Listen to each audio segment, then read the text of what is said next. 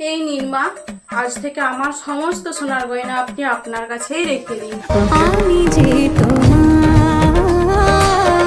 মা, আজ থেকে আপনাকে বাড়ির কোনো কাজ করতে হবে না। বাড়ির সমস্ত কাজ আজ থেকে আমি করব। সকালের গ্রিন টি থেকে শুরু করে রাতের পান, আপনার সমস্ত খাবারের দায়িত্ব আজ থেকে আমি নিলাম মা। আপনার নিশ্চয়ই অনেক পরিশ্রম হয়ে গেছে। দাঁড়ান মা, আমি আপনার পায়ে তেল মালিশ করে দিচ্ছি। মা দেখুন, আপনার ছেলে আমাকে ঘুরতে নিয়ে যাবে বলছে, কিন্তু আপনি চিন্তা করবেন না মা, আমি না করে দিয়েছি। আর এও বলেছি যে ঘুরতে যাওয়ার জন্য যে টাকাটা লাগতো ওই টাকা দিয়ে তা আপনার জন্য ভালো ভালো থেকে শাড়ি কিনে। মা, ও মা, উঠুন, বেলা 7টা বাজে, আর কতক্ষণ ঘুমাবেন? উঠুন এবার। ধুর, আমি এতক্ষণ স্বপ্ন দেখছিলাম।